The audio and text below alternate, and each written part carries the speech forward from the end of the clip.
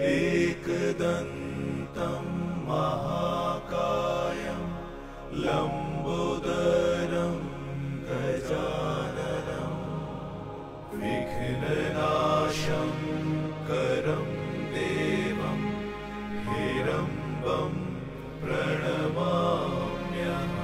আপনার আশীর্বাদে আমি বিজয়ের পথে এগিয়ে যাচ্ছি পিতা। তাই কি আবেগ সর্বস্ব হয়ে উঠেছ পুত্রী?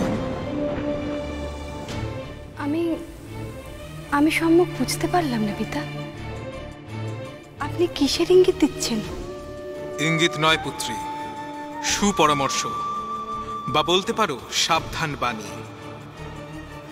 সাফল্যের স্বাদ অনুভব করতে পারছো পুত্রী? হ্যাঁ পিতা, পারছি।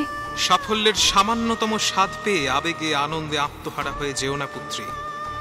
মনে রেখো, বিজয়ের তোরণ দ্বার যত স্পষ্ট হবে তত কঠিন হয়ে উঠবে তোমার বিজয়িনী হওয়ার সম্ভাবনা। পিতা, প্রভু। মর্তধাম দেবদেবীদের অধিকার প্রতিষ্ঠার সাধনস্থল।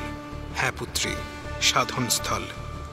আমরা মুখে স্বীকার করি না, কারণ অমৃত পান করে আমরা অমর। কিন্তু মর্ম কথা এই যে তোমার আগে যত দেবী স্বর্গের আসন চেয়েছেন তারা সবাই মর্তকেই তাদের সাধনস্থল করেছেন প্রতিষ্ঠা পাবার জন্য। তোমার আবেগ দেখে আমি শঙ্কিত হয়েছি, তাই তোমাকে সেই কথা স্মরণ করিয়ে দিতে এসেছি সন্তোষী।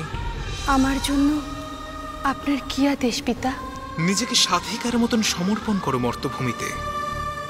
মনে করো সেটা তোমার তপস্যা, আর তপস্যার ফল নিবেদন করো আমার মাতা ত্রিভুবন মাতা মহামায়ার শ্রীচরণে।